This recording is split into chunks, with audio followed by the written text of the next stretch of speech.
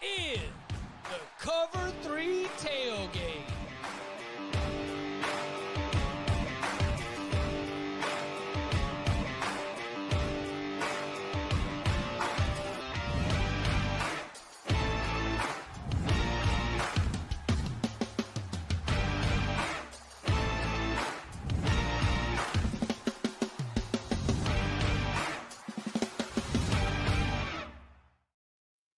And welcome back to the Cover 3 podcast here on CBS Sports. That's Tom Fornelli. That's Bud Elliott. That's Danny Kanell. I'm Chip Patterson coming to you live at youtube.com/cover3 and everywhere you get your podcasts on demand.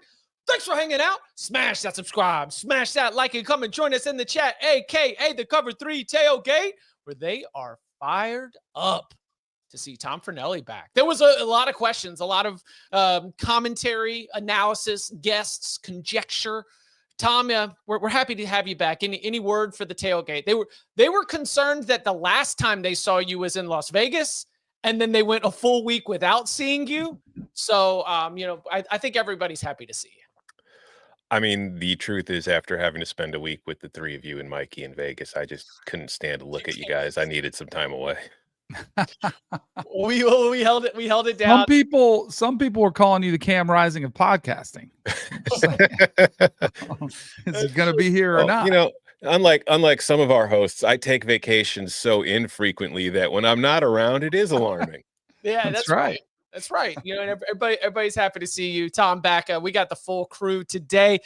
We have a lot to get to. This week is going to be when we turn our attention to the ACC win totals, part 1 here on Monday. That's going to take us all the way from Boston College through Miami. Then we'll begin part 2 with North Carolina, NC State, and the back half of the alphabet. I do not want to waste any more time because win totals are here. So I ask you, gentlemen, y'all ready to count them up?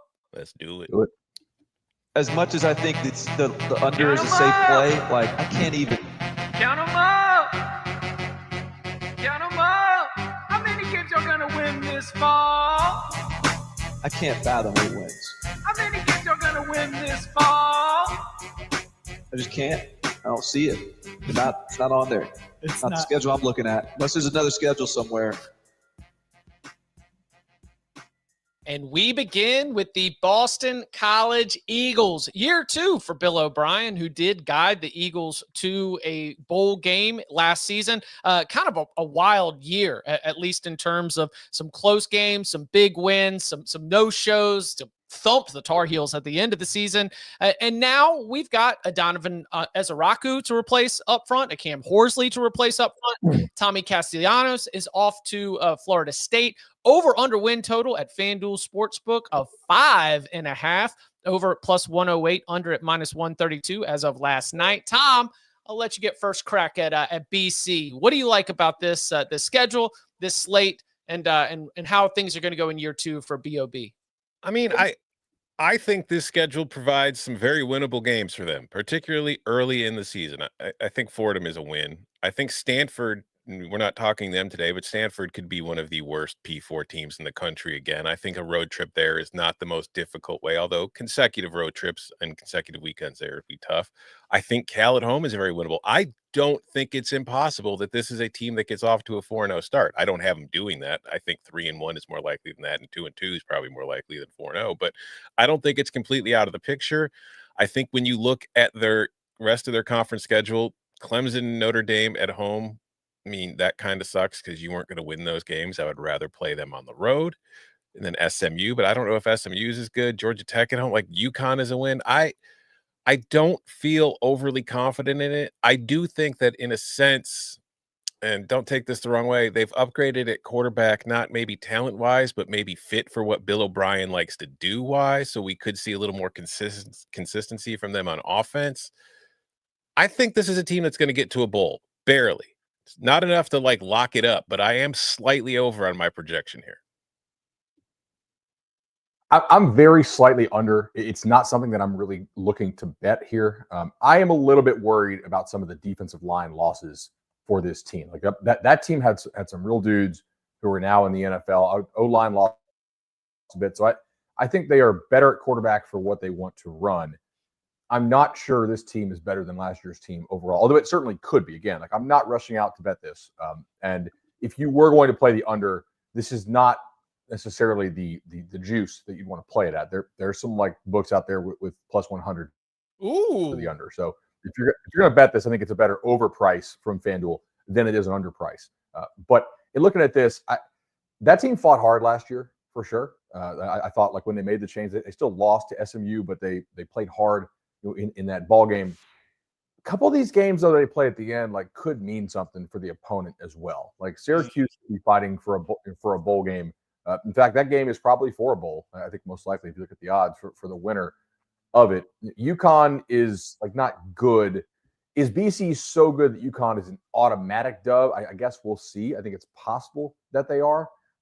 But man, like Louisville, Notre Dame, SMU, Georgia Tech, all four of those. No bye week in there, by the way. You get the bye week before the last game of the season, which is an odd bye week to have. In fact, they go.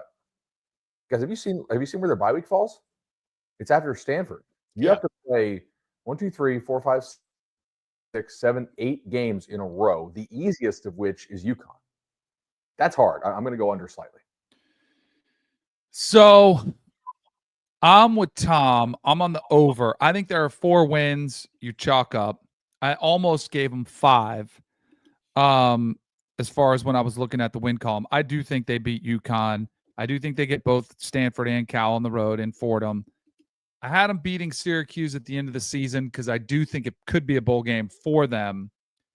I think Bill O'Brien's a really good football coach. I think one of the things I saw that's pretty interesting is I thought Grayson James played pretty good.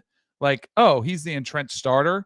He's got Dylan Lonergan competing with him, so I think that's pretty interesting. It means they feel pretty good about that position. And I do think Bill O'Brien, as much as he was criticized and critiqued as an offensive coordinator, I think he's a pretty good offensive mind. I think this team goes over. I mean, not much. Like, it's not one I'm running to the window, but I do think they're one of the teams that I kind of trust culturally to still be competing, even if it does get a little sideways. And I wouldn't be surprised. So, like, if I had 4 that I felt really good about, can they get 2? And I was like, all right, I think they could surprise one of those games where they get taken lightly and they go in and they pull off an upset and potentially hurt somebody's either ACC title hopes or potentially, a playoff spot type of hopes. So I had 2 thoughts. One was a little nitty gritty. One was vibes, but just because of what you just said, I'm going to go with the latter, the vibes, because who's found the red bandana game yet? It's SMU. It's SMU. Danny, if you want to talk about the game, you want to talk about the game where someone's chances to get to Charlotte might get crushed because Boston College is that team. Like if everything comes together and if you overlook them and you play down, they can get you. And that would be anybody in that run. Louisville, Notre Dame, SMU, Georgia Tech, Notre Dame, obviously not for the ACC championship, but it's like they'll have a say in it. But over the course of the season, then to the nitty gritty part. Last year, their secondary was racking up interceptions. Now, was that because their secondary was awesome or because quarterbacks had to deal with Donovan Ezeraku and Cam Horsley? Horsley, like a 5th-year player who was a starter for 4 straight seasons at defensive tackle. I think that it's probably, Bud, to your point, the losses up front end up making it difficult to still be as impactful defensively when you're going up against teams with real size and talent in the trenches in the second half of the season. So I'm a slight under on this one. I've got the Eagles finishing 5-7. Even if the quality of the team might not be that different, I think that's kind of a brutal schedule. So throw me on the under, even at the minus 132. Might even make it to the lock. Oh, here's the last one here. At Michigan State. That's one that could swing the other way. I've got that as a loss. If BC goes to win that game, then I think they're sitting in a good position. I mean, it's not crazy to say they could be 5-0 before they play Clemson. No, absolutely. I mean, there's a chance they could have that. So, yeah, which I actually think would be great for Clemson. I know we're talking about them in a little bit, but I think that'd be great for Clemson to have a team that's a worthy opponent in the ACC. How many games are going to win this fall? The Cal Bears have an over-under win total of 5.5, over at plus 116, under at minus 144. Now, I have not been tracking this all the way back to when the win totals were first released. but certainly there has been a difference in the way that we talk about Cal, given the way that they just dealt with a mass exodus to the transfer portal in the spring window.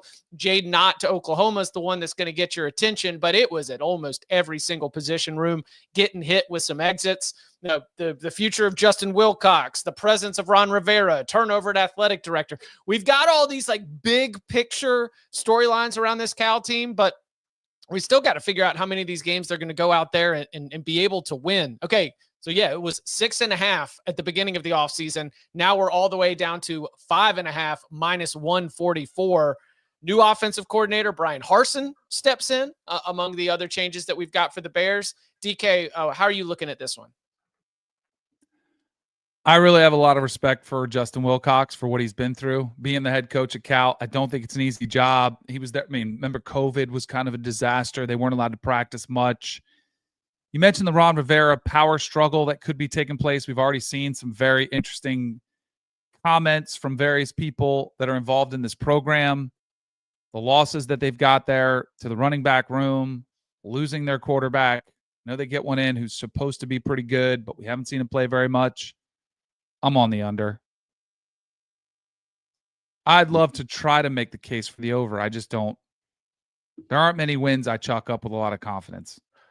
I will say that this is probably not the last time I will be bringing up Cal's win total on a win total pod this year. Oh, I'm also on the under. We've mentioned that it's fallen. I don't think it's fallen enough. I think Cal is one of those teams that, based on what they've lost, is a possible like bottom falling out team. Like they lost their top 8 pass catchers. Jaden Ott's gone to Oklahoma. They lost nearly their entire offensive line. They get Devin Brown from Ohio State, who is a running kind of quarterback mobile, which is good because he's going to be playing behind a bad offensive line. The defense was kind of gutted. They've got a new defensive coordinator. Like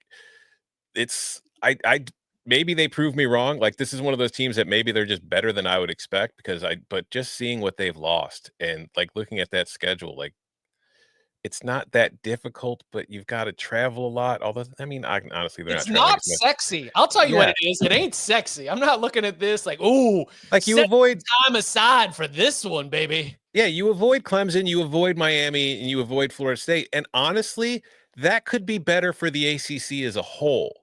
Because this way, Cal is kind of providing wins for other teams that might need them more. You know what I'm saying? Mm-hmm. So, like, I think Cal's a team that could end up going 3-9, 4-8. And I mean, they could I don't think they will because I think Oregon State's in a very similar position. But with that game at Corvallis, it is not entirely out of the question for me that they start 0-1. Like that could be a complete rock fight of a game for sure. Yes. So I was very slightly under here, but like the juice is, 144, which is, I think, the best underprice in market to bet. So I'm going to go ahead and go with my lean of under here. Agree with what Chip was saying about how a lot of this has been, kind of bet out of it. I don't know if there's 10 bangers to bet in every single conference, really, even at the Open, because as these gotten better over the years. I think Minnesota has better people than Cal, given what Cal lost. Like at San Diego State, at Oregon State, those are kind of tricky. And as you mentioned, the travel, like there's no certified like absolute losses on here, except I would say probably at Louisville, right? Like that, you'll be double digits in that game, I anticipate. But at BC and then coming back to host Duke after going like at San Diego State, okay, that's not a big at deal. BC, host Duke, like that's kind of tricky. And then host North Carolina, at Vatech, right back home to play Virginia, and then right back on the road again, ping-ponging to Louisville. They're another one of these teams that has that very odd bye week, much like Boston College did. Their bye week comes in week 12. BC's was in week 13. So I'm going to go very slightly under. Like, are they going to play the freshman quarterback? And if so, are they taking their lumps in those early games? Right? It maybe so. All right. By the way, yep. Just pointing this out because we're all like Corvallis, maybe not be a W. They're underdogs in that game. Oh, are they? Okay. 2.5 point underdog in Corvallis. Then I might take Cal money line there, but just right. Well, that's irresponsible. Yeah. I'm really going to thread this needle. I'm going to take Cal at Oregon State, but I'm still going to take their season under. Yeah, that's don't love the vibes. Not going to lay -144, but for the purposes of the integrity of this operation and this exercise, I'm also going to be on the under. Well, coming up on the other side, we turn our attention to the ACC favorite, the Clemson Tigers. Double-digit wins, maybe more. We'll get into all that and more next. Name's Conrad Harrigan, family man. And if you cross my family, well, you'd better pray. Mobland, new series streaming March 30th on Paramount Plus. Back here on the Cover 3 podcast, turning our win totals attention to the Clemson Tigers. 9.5 is the win total at FanDuel Sportsbook. Now, as we're discussing this here on a Monday, over is -225, under is +180. So let's do the schedule, but let's also maybe look at some of the other ways that we could attack this if you're feeling frisky or extra confident or not. So, Bud, as you're taking a look, you obviously open with the Death Valley game. I was thinking, man? We are not that far away from, oh, look, they get on a bus.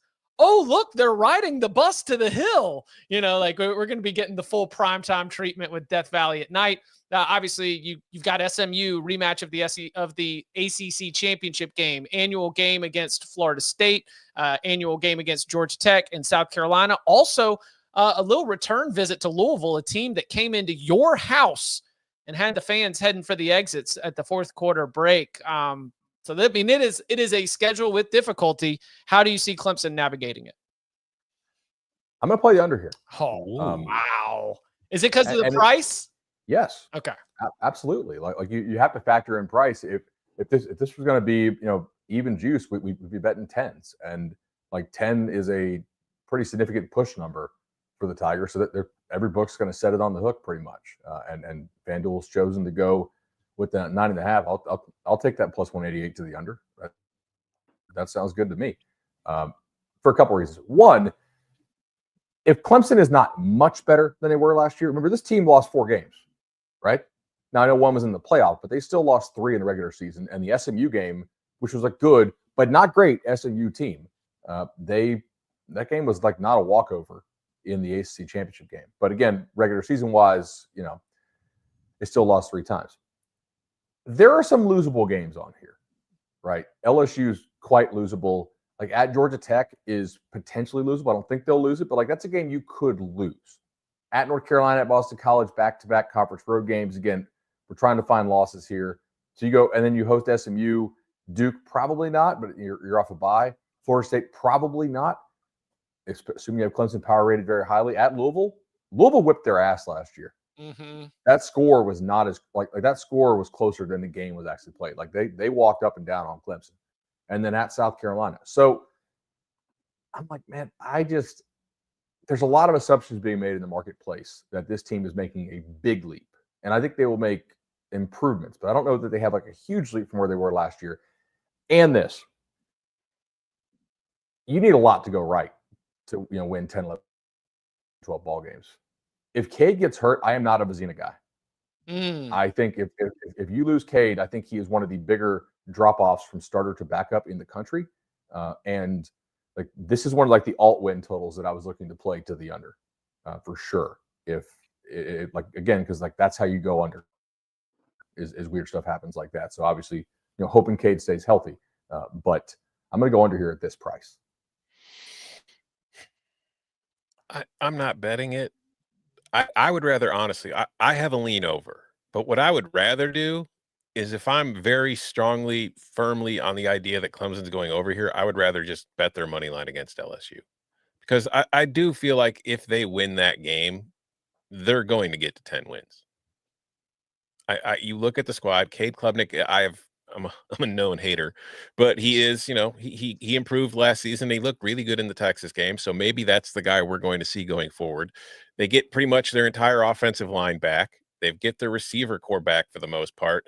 Like the defense is, again, one of the more talented units in the country on that side of the ball. So that I do have some faith in there. I have some questions about them like in the back end, I think they could be problems against teams with really good quarterbacks. But outside of LSU, when you look at this schedule, how many teams with great passing quarterbacks do you see on the schedule?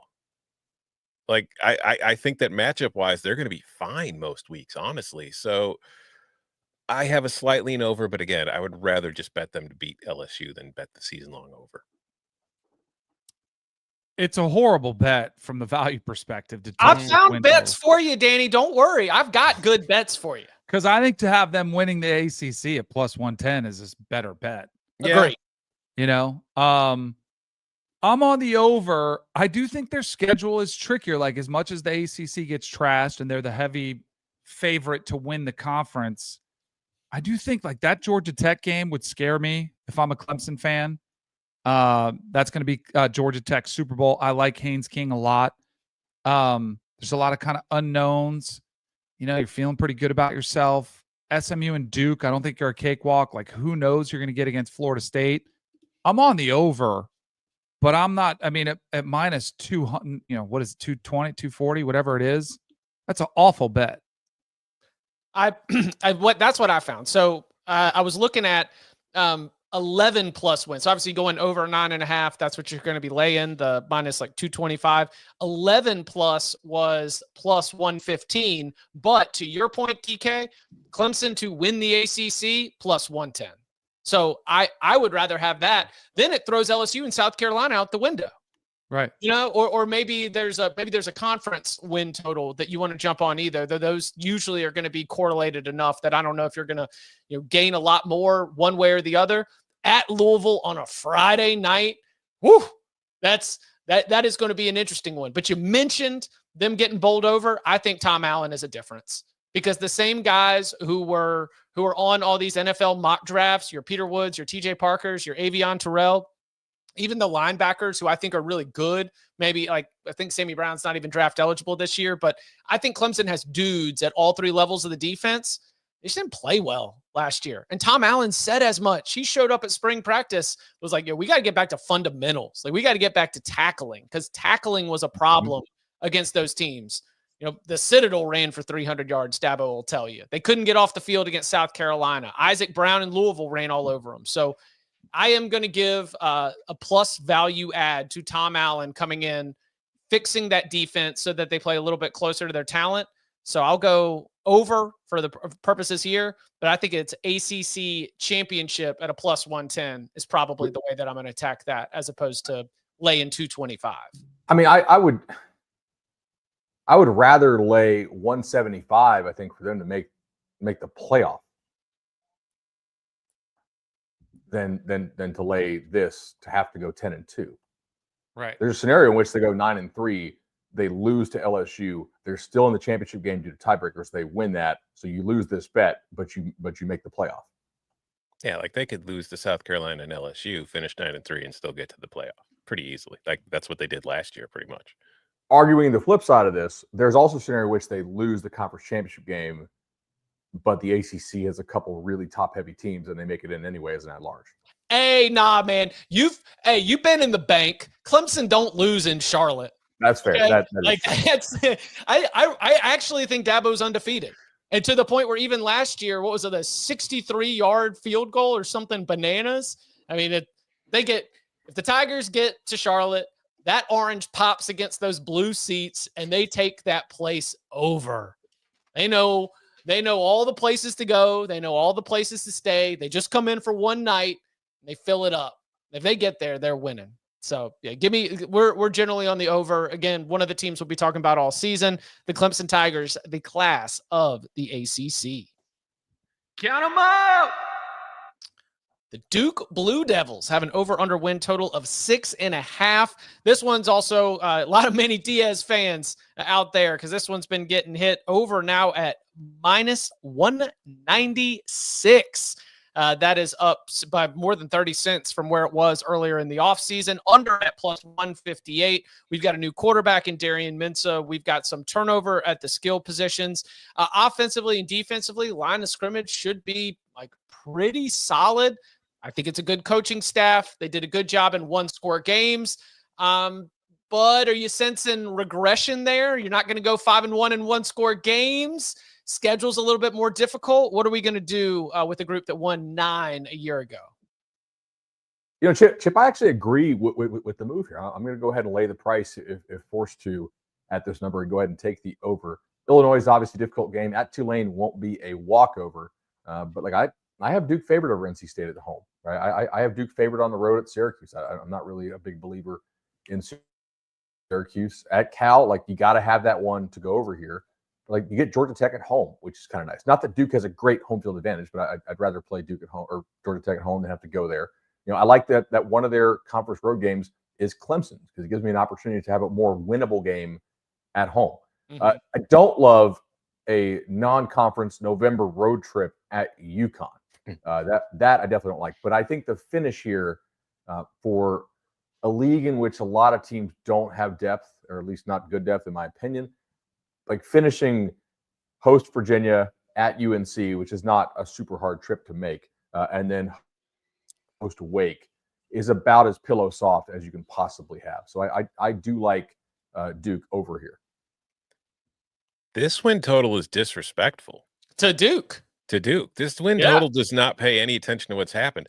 Duke has won at least 7 games in the regular season for 3 straight years now. Like, and you're setting it at 6.5. They should be a 7.5 team. Like, this is just who the program is. Yeah, I'm over. Like, the price on it is kind of ridiculous to me at this point. So, but just regardless of the juice, I'm over. Like, I think Mensa is like an upgrade over what Murphy was last year.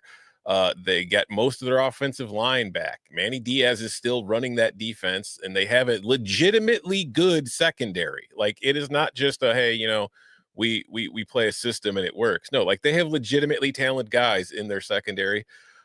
I look at the schedule. I think, I don't just earmuffs, but I think they can beat Illinois at home. I don't think like Illinois is just going to waltz there and beat them. That's a really good team they're facing. Tulane on the road is tough, but they literally stole Tulane's quarterback. Like they weakened one of their non-conference opponents in the offseason. I think that's a win. In conference play, Syracuse on the road won't be easy, but they can win it. Cal on the road, we've discussed. I think they can win that game. Clemson, they're not going to win. You don't want to just walk into Jim Moore's house and expect to That's win, right. But I think they can win the game. Go into that sissy North Carolina Blue. They can take down the Tar Heels. Like, I don't know, man. This is like a 7-5, 8-4 team to me. Like, depending on how the non-con goes, I like the over here. They're going to start 3-0 as long as they don't slip up against Elon. No, I'm with you guys. I'm a believer in this team is starting to become, it's funny. Saw some people there saying Duke's not committed to football. It's a basketball school. Darian Mensa did not come cheap. I think it's a great time when you had Malik Murphy play pretty good, not great, and they were willing to pass on from him and go get a quarterback who I think does give them another dimension. I think this team is over all day. Yeah. Like maybe flirt with a little 8+. Yeah. Yeah. Like I'm right there with you. This blew my mind. So Manny was saying recently, he was talking about the student body. So if you are a senior right now, if you're preparing for your senior year at Duke, you've seen 26 wins in the last 3 years. You've like stormed the field. You're 14-10 in ACC play. Like your expectation as a community, as a student body, is winning football. I mean, they have a ton of continuity. Yeah, they spend to get Darian Mensa, but they also like spend to make sure that they're able to keep groups together and be able to like build year over year. I'm over all day. I'm flirting with a little 8+. And Bud, I like what you mentioned about the way the schedule shakes out, where as long as they can be healthy, they can take a season where they're kind of flirting with a 500 record or maybe be a little bit below 500 and just start rolling up wins. Now, this is tricky. Now, just imagine you're home against NC State, you fly all the way up to Syracuse, you come back home, then you've got to go all the way out to Berkeley. Now, you've got a break on the other side of it, but that's still one little travel wrinkle that might be a little bit difficult. But that's not enough to throw me off from what I think is going to be a really, really solid team here in year 2 for Manny Diaz. So, yeah, give me also on the over and maybe flirting with a little 8+, 8-4, because that seems way more likely than 6-6, at least to me, looking at this schedule.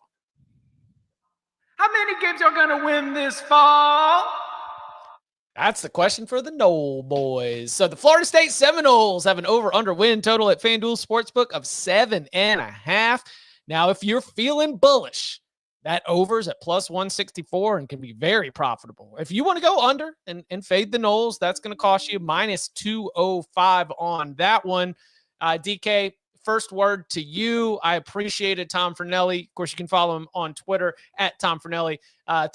Throwing some Danny Dimes into my timeline. I enjoyed going back. So Charlie Ward was out for the Maryland game. You just had to step in. It took care of business, kept number one. I enjoyed reliving that for about 90 seconds, 2 minutes on the internet. First word for the Noles here in 2025. What do you think?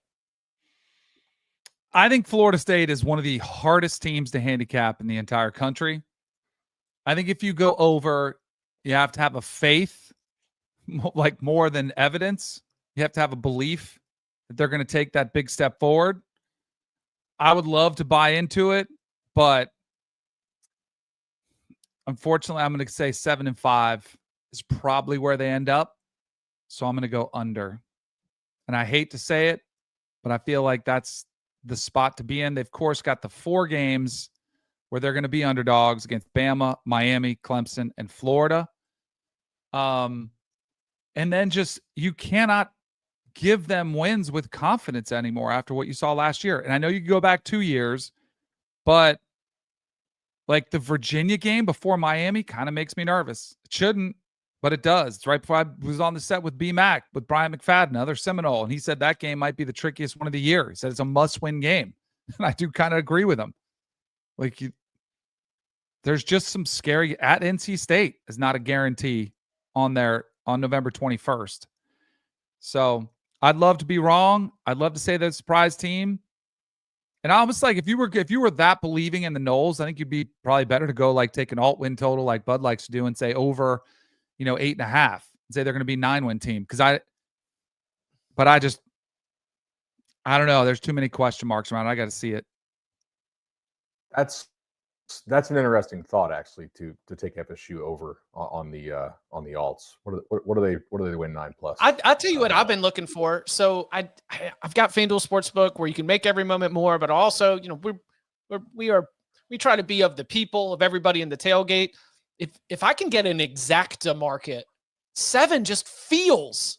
I mean, you're looking at this like I don't know which ones are going to be the W's and the L's, but this looks like a team that is set to have a 13-0, 2-10, and then water finds its level at 7-5 after just trying to just get a life preserver, a life raft of a 7-5 season for this program. And maybe a little 7 exacta might be something that I'm sniffing around for as we get closer to kickoff. Depending on price, I don't hate that. The only thing that concerns me, are you worried at all after we saw the quit last year that the quit factor becomes with 2 road games to finish off the season? That makes me a little bit nervous. I don't think 6-6 is off the table. 6 is definitely not off. Yeah. I mean, I think that's a byproduct of the way you build the roster.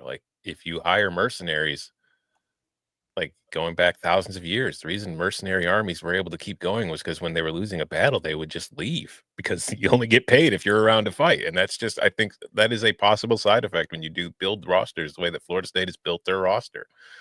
I'm also under. I mean, you kind of mentioned it. There are 4 teams on this schedule that could legitimately be in the college football playoff this year. Yeah. Those are going to be 4 difficult games to win. So now if you assume that they lose those 4, they've got to go 8-0 in the rest of the games to get to the over here. Do you feel comfortable thinking this Florida State team can go 8-0 in those games? I don't think it's impossible, but based on what we've seen, and then I just don't have a ton of faith in the quarterback. If you get behind early and Gus Malzahn is your offensive coordinator and Thomas Castellanos is your quarterback, how the hell do you dig out of that hole? You can't just run the ball for 1,000 times hoping to erase 2-score deficits. And also just roster wise, I don't know if they have a pass rush. Like I look at this depth chart and I look at who they have, and it's like maybe somebody's going to come out of nowhere and surprise me. But I think that's going to be a legitimate concern for them all year long too, especially in those games against the real good teams. Like it might not impact them as much against Wake or Stanford or Virginia, but against Miami, Alabama, Florida, Clemson, those are going to be big deals. So I don't know. I think 7-5 is far more likely. So yeah, I'm under. Is it from what was it last year, DK, where they were showing the clips from practice and you were like, don't show those clips from practice because you were watching the quarterbacks throw and it looked bad? Well, they came out again. Oh yeah, they came out with showing I think it was Odell didn't like the effort from the defensive line. He started yelling at him. He was like, this is the temperature at kickoff, week one temperature at kickoff, because they were dogging it out there. I was like, man, the last thing Florida State fans want to see is their defensive line dogging it through a bunch of workouts right now. Come on, maybe less is more, okay? Let's do hype videos, slow motion, good pump up song. We don't even need to see the catch, just ball flying through the air. That's all I need. You saw what Tennessee did, right? I saw what LSU had to delete. Yeah. What else you have to delete? No, I missed this. What did they have to delete? It was a golly gee. They released like a hype video, and the very first frame of it was like a tall tower in which maybe you would film practice from. Yeah. So like they cut it out of the video. Yeah, they took down the whole video after the response to it. Oh, okay. Spiraled in a hurry. Yeah. Yeah. That's gonna happen. I will say, if FSU surprises the upside, by the way, over nine wins is plus 390. If you wanted that, I do think the defense would be the biggest surprise, which I do think Tony White, the new defensive coordinator, and some of the defensive staff, I think that could be the thing that we're not talking about enough going into the season, where that's where you could see the bigger improvement. I can rock with that. Count them up. I'm sorry. Go ahead. I didn't go yet. Oh gosh, sorry. My bad. Wow. Come on, give us an over. All right. We'll go over. I think this has been bet far enough. To start the season, you could get 7.5 even money, and like that was, far different. But I think I'll go ahead and play the variance to the upside here for a couple reasons. One, I've heard the answers that I wanted to hear as far as like the team getting healthier. Like that was big. I don't think they got really much done at all offensively in the spring with all the offensive linemen, being dinged up. But from what I've been told, they've been running like the starting five and like they're ready to go in practice, and that's pretty important. Squirrel White is out there. That's important. I don't think Squirrel White's amazing, but I do think there's some chance there that he's a nice number two. We know they love Deuce there in spring. Defensively, I think it's very important that they get Jenkins back and Wright for conference play. That's our other D tackle next to Darrell Jackson. They really like what they have in James Williams. James Williams, the defensive end transfer, from Nebraska. And like the back seven is a really experienced back seven. This is a pretty veteran team. Like there's not many. There are pieces that are new to FSU. To Tom's point, I agree. Like it's just not, I think, how you would build a team that has the word Florida in the name of the school. At least not ideally. Like I think they were really smart to use the portal when it was a huge market inefficiency. But now that it's dried up a lot, like you're kind of screwed by your approach that you started to take a couple of years ago. Although they're, I don't know, in some ways recruiting better in high school, but in some ways not. This is a pretty veteran team, though. Like, you got a lot. This is almost like a COVID age team in a year where we don't have a lot of COVID age teams anymore. So I'll go ahead and go over. Also, man, some of these teams that we're counting as guaranteed losses, I think on paper probably should be.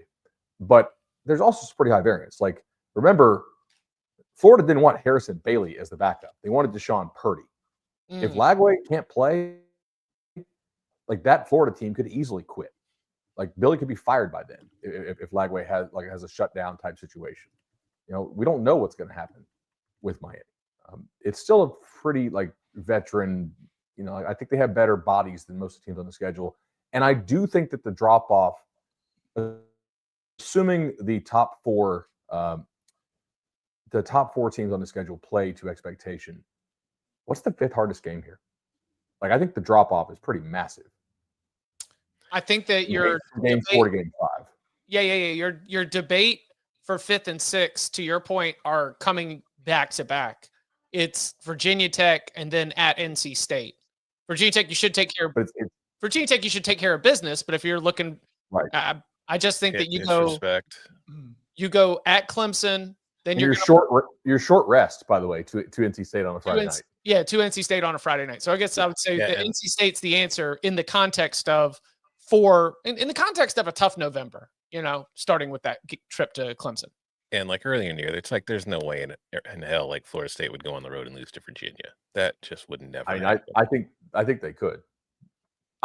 Look, if I was going to play under at this, I would rather just play like a big alt under, right? Like I don't want to lay a price for that like 7-5 record.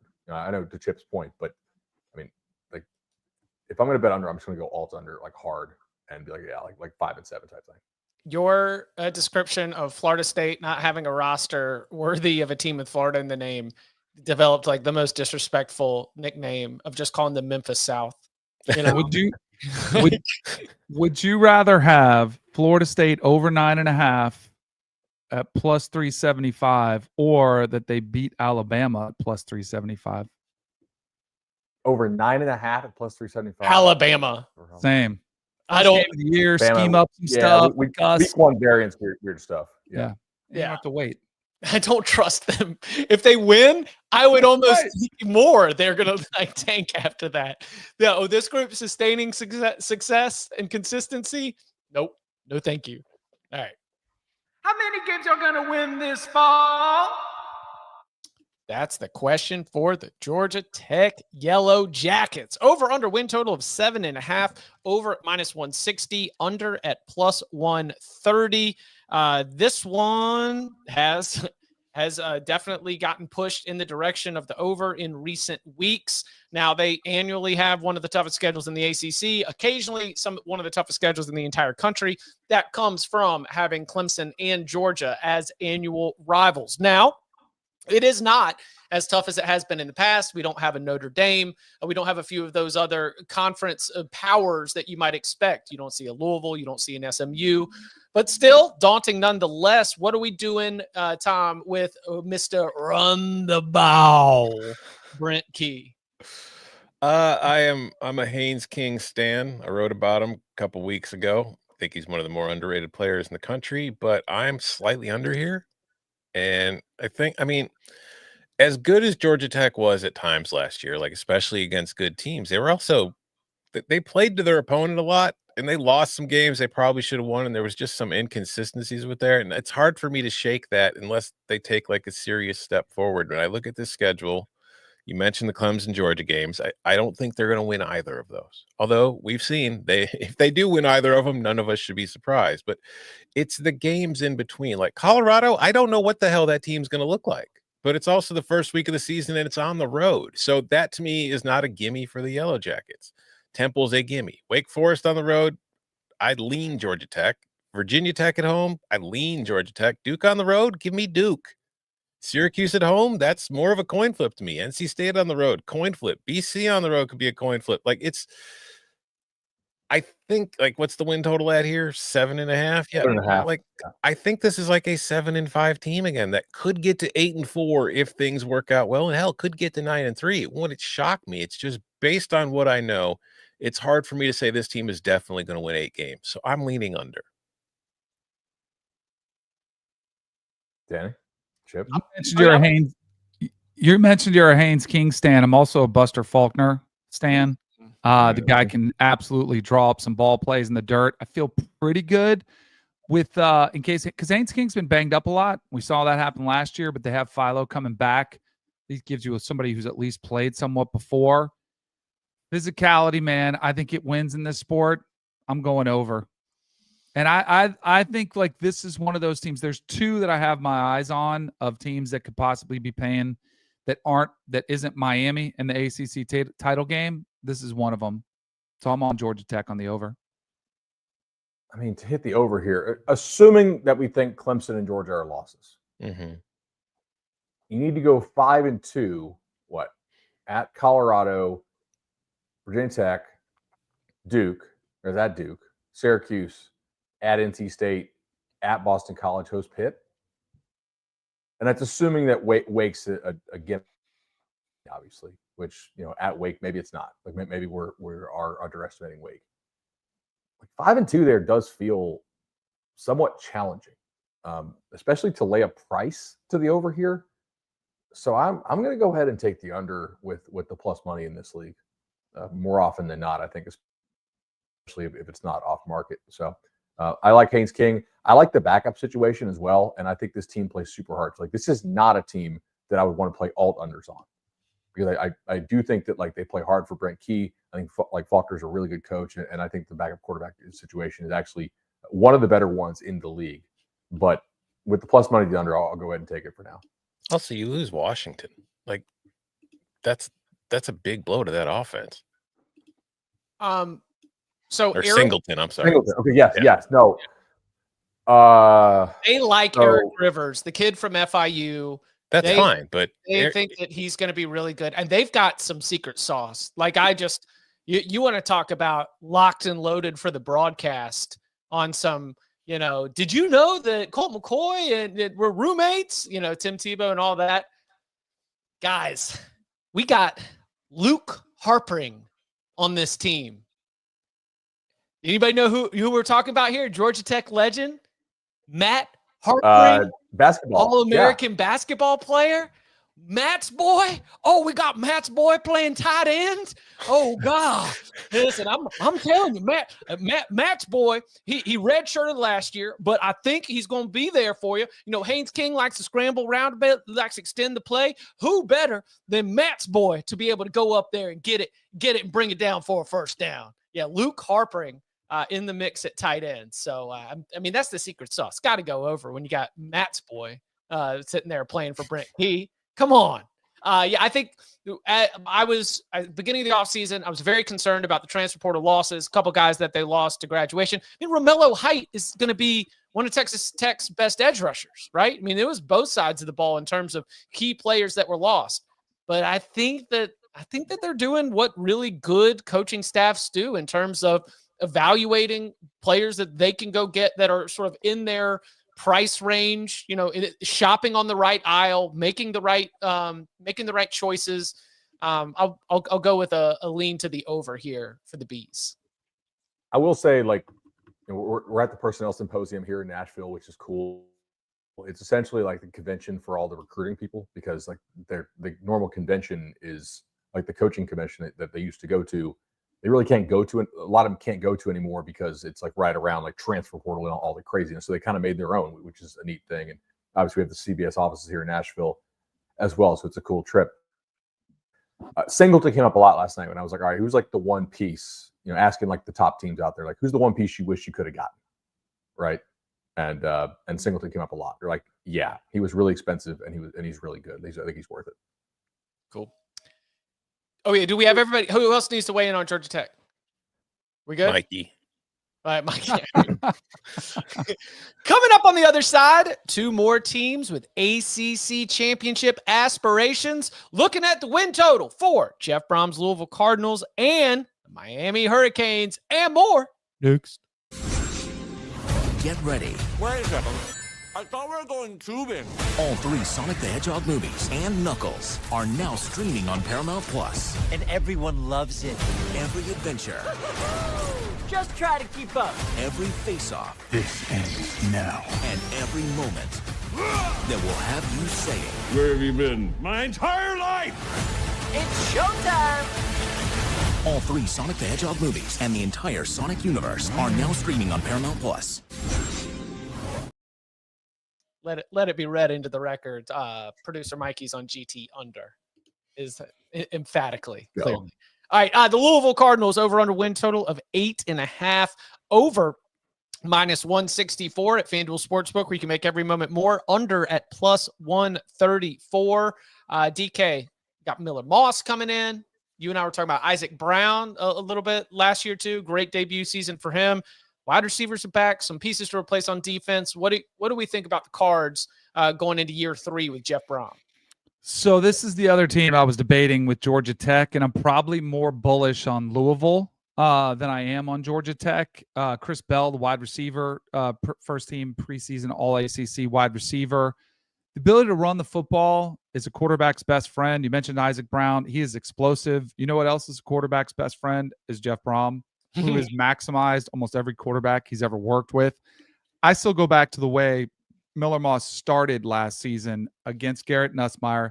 It's hard for me, like, once I see that version, and I know it got ugly, and I know he struggled with interceptions, but I do think there was some issues going around at USC. You know, they kind of started looking for the future. I don't know if that was all on him. I think now that it's his show with Jeff Brom, I think the schedule is very, very manageable. I like this Louisville team. I'm going to go over. I'm over as well. I like this roster. I mean, like, they played this basically the same Clemson team last year, and they looked bigger, stronger, faster in Death Valley. It wasn't a fluke. They have good personnel. I do like this team. Some of the road games are tricky, right? Like at Miami, if Miami is still locked in, won't be easy. And Cristobal can point to, like, hey, they came down here and beat you guys last time. You know, at Pitt, certainly not easy. At Vatek, on short rest off Boston College, like, that's not easy. And at SMU, coming off Clemson, although you do get an extra day to prep for SMU there. That's the Friday, Saturday turnaround. But there's some teams on the schedule that I'm down on overall. Like, if to stay consistent, like if I'm taking under on BC and I'm taking under on Cal, and I'm certainly not a believer in Kentucky's rebuild, then, like, logically I have to go over. And I think this is probably, if you're picking a dark horse for the conference, I think this is it. Like if you have to pick a non-Clemson champion, I think this is the team. I like that. Man. That's a I know you get the extra day, but man, that's tough. You are going to get your motor so high. It's not hot. It's not hot, like, thankfully. Like like SMU's field is really, really hot in September. Like I've stood on a thing over the summer. It's like, damn, this is a cooker. And it, like, playing them November 22nd kind of helps. That's true. I think that it'll be so that's a Friday night against Clemson in the artist formerly known as Papa's House. Probably going to be a blackout game. Place is going to be going bananas. Was it 2 years ago, the Notre Dame game, where it was just an absolute zoo in there? Like, I think that's going to, like, that's one of those games where win and follow it up against a good SMU team is going to be difficult. Lose and follow it up against SMU is going to be really, really difficult. But still, like you mentioned, there is some of the, if you're going to be handing out losses to some of the other teams on this schedule, well, Louisville is piling up a lot of them. So I am also on the over here, not rushing to bet it at -164, but definitely looks like a 9-3 type schedule to me. Well, I guess I'm the turd in the punch bowl. I'm slightly under here. I think 8-4 is more likely than 9-3. And also, I would say, we talked about alt totals. If there was a team to consider taking an alternate under on, I think it would be Louisville. Ooh. I think if you look at the situation, I like their talent too on the top level.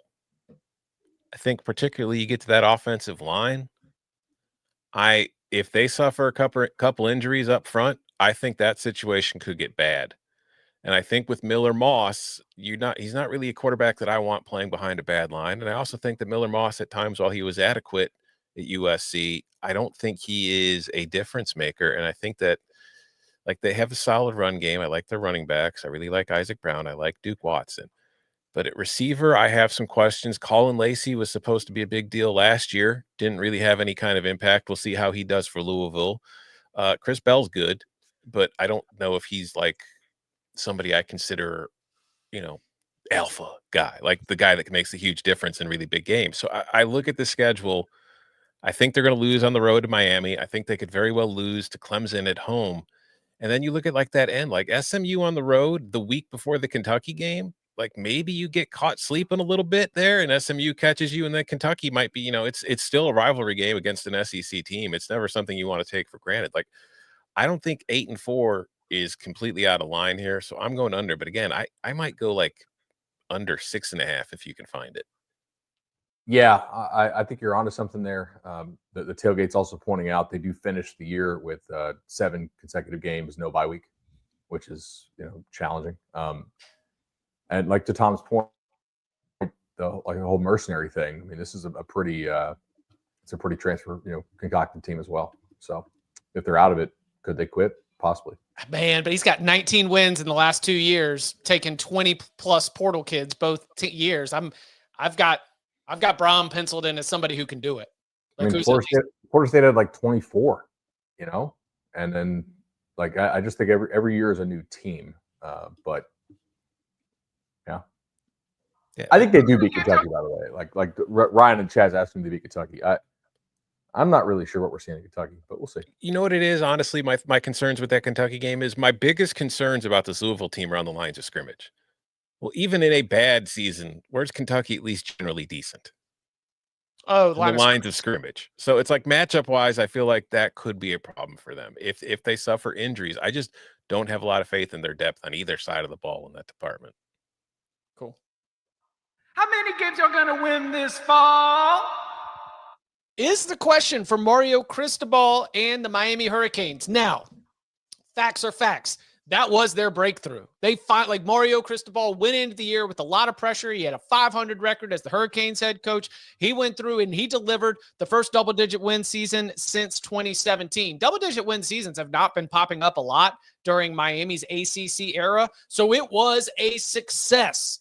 However, when you blow a 21-point lead in the last regular season game of the year, which bumped you out of the ACC championship game and bumped you out of the college football playoff picture, does feel like you didn't quite finish the race. So a lot of motivation going into this season for the players that are still around. New faces include Carson Beck. New faces include Corey Heatherman, new defensive coordinator, coming in to try and shore up a defense that was extremely leaky. Over under win total at FanDuel Sportsbook is at 9.5, over at plus 122, under at minus 150. Danny, what do you want to do with it? I'm going under. Not by much though. I had them at 9-3 when I kind of walked through this. I do think Notre Dame is a tricky game for that one. I do think it kind of sets the course of the season. If they win it, maybe they carry that momentum in there. But Florida, again, there's a lot of crapshoot games, so it's not with a ton of confidence. Like if Florida has DJ Lagway, I think Florida wins that game. If they don't, I think Miami can. But I'm not a big believer in Carson Beck, replicating any sort of the success that Cam Ward did. We saw how many times he put the team on his back. I think him being more of a pocket guy could challenge that offensive line, which is supposed to be really good. But you went down the list of wide receivers and the wide receiving production that is gone last year. It's pretty astounding how many pieces are there. So I've got them going under the 9.5. Over. Yeah. Go. All right, Tom. No, you go ahead. No, go ahead. I just said the reason I'm majorly concerned about Louisville is the lines of scrimmage. You know what I'm not worried about with Miami? the lines of scrimmage. They get 4 of their offensive line back. I like the addition of Brockermeyer at center. They got him out of the portal. I think that's going to be one of the better offensive lines in the ACC, if not the best offensive line in the ACC. Defensive line, I think, could be the second best or the best in the ACC. Clemson is the only other real kind of competitor for me in that market.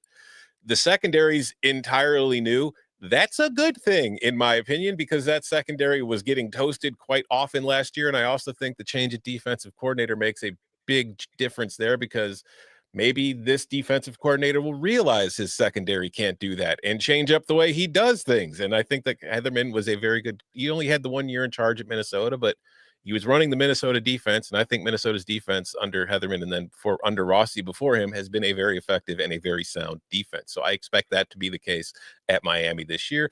Carson Beck is clearly not Cam Ward. I don't think so. And I think what's going to hurt him is he won't have any of Cam Ward's receivers either. But I do think Miami is very well set up at the running back position. So I see that offensive line. I see that stable of running backs. I see what should be an excellent pass rush. I see what should be a very good secondary, or at least an improved secondary. And I think that when you look at this team and you look at that schedule, yeah, Notre Dame is going to be tough. They're probably going to lose that game. Other than that, I don't see a game that this team can't win. I think they're going to be 10-2 more than they're going to be 9-3. So give me the Canes over. I'm going to go under for a couple reasons. One, in talking to Miami people, I get different answers on who's going to be the receiver. And I don't like that. I don't like receiver by committee. That usually means you don't have somebody. Like for every 2019 LSU where they had like 3 somebodies, there's so many examples where it's just like, all right, so you got a bunch of guys who play college football, but they're not special. Maybe somebody will emerge. I think Miami does need somebody to emerge, and they need somebody to emerge in that first month because like this schedule starts in a challenging way. And I think particularly for Miami, if they beat Notre Dame, because like that'll be a great crowd for Notre Dame. If they beat Notre Dame, that Florida crowd is going to be off the hook because they're going to be 3-0. Like that is a front-running town. That's probably the most front-running college football, like of the really good programs. Not like like obviously like Houston got a big crowd when they had the 1 year under Tom Herman, right? But like of the programs that like win national titles, like that's probably the most front-running one. Like if they win Notre Dame, that Florida crowd's going to be awesome. If they start 2-2. Like if Lagway's healthy and Notre Dame just is more competent than they are, and the Gators go down there and shove them, man, then that gets tricky. Like you got to get off the mat. You do have the bye week to FSU. You'll probably be favored in Tallahassee, but not by like 10, most likely, depending on how things go. And this is what I don't like. Miami and my Noles do not do a good job of taking ACC games seriously. Like they screw around in a way that somehow Dabo gets his team to not. And that's frustrating, right? Like this is not a Miami thing. It's kind of an FSU and Miami thing. They kind of think they're better than these ACC teams, but they lose these games in really dumbass fashion. We both do it. I don't love 7 consecutive ACC games with no bye week for Miami to end the season. And that team's going to be like, oh, we're better than them for sure. Like Louisville, Stanford, at SMU, Cuse, NC State, at Vatech, at Pitt. Like if I'm a Miami fan, Cuse and NC State at home scare the crap out of me. Not because who's on the team, but because of how we play. That's going to be a dead stadium. Kids are down, like they pick up on the energy type thing. If they're not cooking, now if Miami's cooking, they can go 12-0. Like there's no game here they can't win. I just see a lot of like, it's Robert. Look, man. Robert says, "Bud, talk about Miami without shitting on their fans." Challenge. Sorry, like that's what it is, man. Like look, every even though ESPN crops the shot so damn tight to like all 11 people look like they're huge on your screen. It's. I do think that like materially matters for some of these kind of mid to lower level ACC games. There's no energy in that stadium. Give me the exacta. Let me go find 9. 9-3? Okay. Yeah, 9-3. I got to. So when I wrote the first edition of the ACC win totals for CBSSports.com, this thing was at over 8.5. This is at 8.5. So I got to come out here and detail you the over. Now we're sitting here at 9.5, and I'm going to tell you that I'm probably leaning more. I see this as a 9-3 kind of game where I do think Notre Dame is the loss. So I don't have 12-0 necessarily as a projected outcome. I think they can go 11-1, but like you mentioned, do not like road games in November in Blacksburg and in the big mustard bottle to finish the year. That is Tech will be having an interim coach in that game. I mean, I just the going on the road to play those teams who are not shrimpy bodies. They're not like the bodies along the caliber of Miami, but they are not just going to get absolutely bowled over every single time he snapped the ball. But Miami is still so good along the lines of scrimmage. I think that it's going to be a different looking Miami team. I don't think they will need as many fourth quarter comebacks as they did a year ago.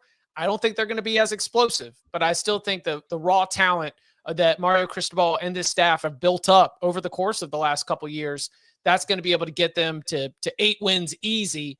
I think they get one more on top of that. I've got them 9-3. Let me hit it under on the 9.5 officially, but exacta 9 is going to be something I'd be looking at least in terms of a win total wager. Let me send a message to all the Miami fans Bud says don't exist. Only one person on this 4-host show believes in the Miami Hurricanes, and it's Tom Fornelli. So let Chip Patterson, Danny Kanell, and Bud Elliott know how you don't exist online. Oh, they'll find us. Oh yeah.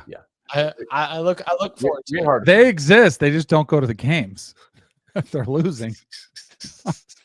They go to the road games. Well, they won't be losing this year, damn it, because they're going 10-2. Hey, listen, 10-2. I can see 10. I can see 10-2. It's just a prediction. You know, you got to hand out wins. You got to hand out losses. I will say that since I wrote that first edition too, the Louisville game is one where I have flipped that from a Louisville loss, like when I wrote the article way back in April or May, I've had that as a Miami win over Louisville, and I flipped that the other way. So both my Louisville and Miami's have flipped since then with further information. Quantrell says, are they in the playoffs at 10-2? I think they are Schedule's tough. Assuming that either one of Florida, or two of the three, Florida, Miami, FSU, need to live up. Are also good. Yeah, right. Like if for some reason it's like 9-3 Notre Dame, a hurt Lagway 5-7 Florida, and like a 6-6 or 5-7 FSU, then I think you have an issue. But that's a little bit kind of crazy land. Gosh, 10-2, but it would be 10-3 potentially with a loss in the ACC championship game. That would concern me. Last year they were nice to championship game losers, putting SMU in the playoff and good seeding for both Texas and Penn State. So we'll see if that follows. They have to rig it. But like, if you want to still play these conference championship games, like it's a business. Yeah. All right. Hey, listen. So no, we're not going down that road. Okay. We had plenty of time. It was called the off season. Rigging the college football playoff will be for Tuesday nights. Hey, you know what's for Tuesday afternoons? How about 12 p.m. Eastern time, noon Eastern? We are going to be on CBS Sports Network, getting you set. Then we are back here on youtube.com/cover3 on Wednesday, 11 a.m. Eastern time for the second half of ACC Win Totals. Mailbag on Thursday brings us home because the season is almost here. And you can follow Mr. #1 Hurricane fan Tom Fornelli at Tom Fornelli. You can follow him at Bud Elliott. You can follow him at Danny Kanell. Follow me at Chip _Patterson. Gentlemen, thank you very much. Thank you.